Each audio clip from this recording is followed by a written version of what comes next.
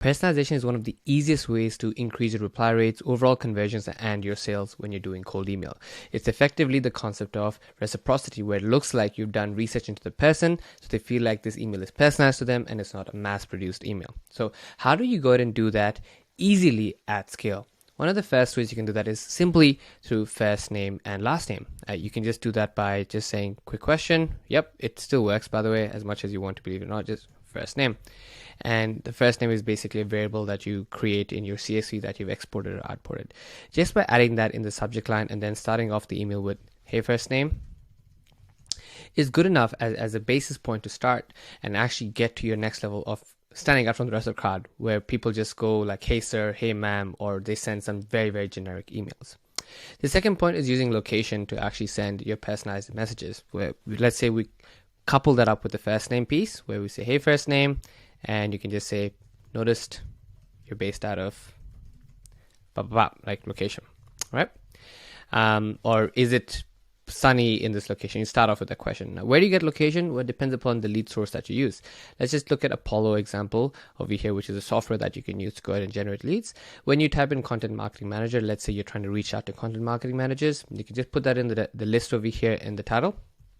And when you export the CSV, you can see that it actually has the location of the person as well as the title, the LinkedIn profile, and a bunch of other words. And you can easily just map this column in your cold emailing software to get you to that point. Right. Now the third piece we can use is AI personalization. AI personalization is basically the concept of using someone's social data to go ahead and create personalized messages to stand out. This can be LinkedIn profiles, it can be their location itself, it can be to do with maybe news articles they were mentioned in. And the easiest to do that is through SmartWriter. You can sign up, you can personalize based upon their company's recent funding rounds or blogs or case studies, or even their LinkedIn profiles, where you have a lot of potential content that you can use to go ahead and personalize on, like I'll show you in a quick second. So if we go over here and click on configure, you can personalize on the recommendation, common points between yourself and the lead. It's always a great icebreaker. Their bio, their career tenure, how long they've been at a company, promotions, their recent activity, and even mutual connections. And PS lines is basically anything to do with their certificates, their growth, and so on and so forth. So very, very easy ways to scale your business on a personalization perspective with cold email. So you can definitely use SmartWriter over here. The other strategy that you can use that works extremely well is planking. Planking is the concept of, let's say you want to reach out to a cold lead and you've got a list of leads from a company, right? Usually people tend to reach out to accounts. So you reach out to Mercedes, which is a car company. You reach out to 15 different people within the company and you're trying to get someone to respond to you. What is an easy way to do that, takes a few seconds extra, is basically correlate your leads and mention, let's say you want to reach out to the head of engineering of a particular company or head of content over here. You can just say, hey, blah, blah, blah, saw you work with the team member. What you're trying to achieve over there is trying to break that shock factor and essentially make them feel a sense of familiarity. Familiarity is the easiest way to draw a conversation with someone and make them feel more comfortable in having a chat with you. By them seeing that other person's name, it feels like you've actually done your research about them, and also draws, again, a similarity or basically a point of contact between you and that other person. Even though there is none, the fact that you've done that and mentioned the other person's name will just draw conversation. And that's good enough for you to then hook them into the next part of the email and then try to convert them. Local restaurant personalization is one of my favorites these days, and it's effectively just trying to use your location of that person to find a local restaurant and then personalize it, saying that, hey, have you actually eaten out of this restaurant? Have you tried this place? It's a very generic question, and this is usually put in the PS section, right? You're not putting this at the opening line. It's just weird to open it there. You can just send your pitch, send your message, PS, have you eaten at Applebee's?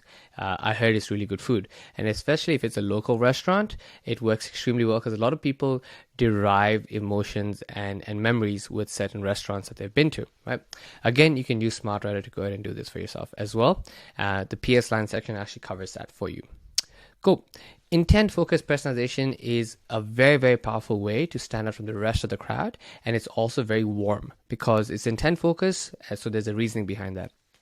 One simple thing that you can do, especially if reaching out to SaaS companies, again in the content marketing space, very, very simple. All you want to do is go to a software like Crunchbase, and with Crunchbase, you want to go ahead and type in the organizations, or maybe you're trying to search based upon the intent, what they've raised, what they've done, and so on and so forth. You can look at the different plans that exist.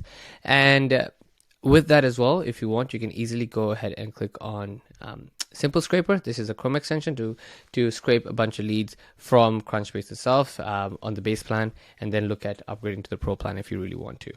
That way you can find out all the companies that have raised a certain amount of money in the last X amount of days, and just reach out to them with that exact intent piece. Be like, hey, saw you raised $7 million from, Archangel Ventures. That's fantastic. What are you doing about your content strategy? And then put out a case study as to why they need to hire you, because you've done this for 3 other companies who've also recently raised in a certain time period, and you've achieved Y amount of success. Nice, quick, straightforward win. Job board personalization is also extremely good. It's again coming under intent focused personalization, because guess what? If someone's hiring for a job, then they're looking for the role to be filled, which is a great place for you to come and fulfill that role. Let's say, again, I'm going to use a content marketing manager example over here, and I want to go ahead and find everyone hiring for content marketing managers in Sydney, Australia, right? So I put that in there, a content marketing manager in the LinkedIn job search section, and it's found me a bunch of people basically looking for this particular role in the job section, right? Now, what I can then go ahead and do is take this search query, go to an app called, if I really want to automate this and scrape, thousands of job apps that exist on this platform, just copy the search query, go to a product called Texaw. You can go ahead and sign up to it. It's a free subscription to begin with, and then there's a paid plan.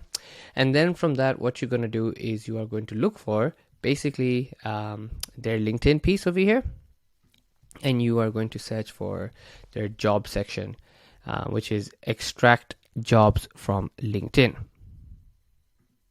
Once you're over here, you just follow the process of getting your LinkedIn cookie. The search URL is the one that you've just popped in, and maybe you want to get 500 jobs.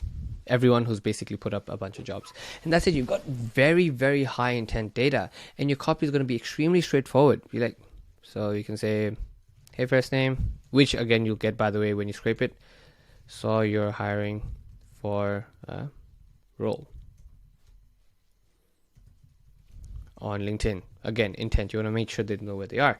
And then once you've done that, you can simply go ahead and say, if you're looking for that role, here's all the case studies of work that I've done. It's a lot less risk hiring me because I've got the aptitude as well as the case studies to back it. How about you give it a shot? Let's jump on a quick call. That's all you need to do. These are extremely simple, straightforward ways, very minimal effort that you can do to go ahead and boost your overall reply and conversion rate and help you actually close that deal. I hope that helps. And again, if you like this content, please subscribe and like this, because it really helps us and really helps us push this content further and serve more people who are also trying to become better and make more money in this space. Thank you again. Have a great day, and I'll chat to you soon.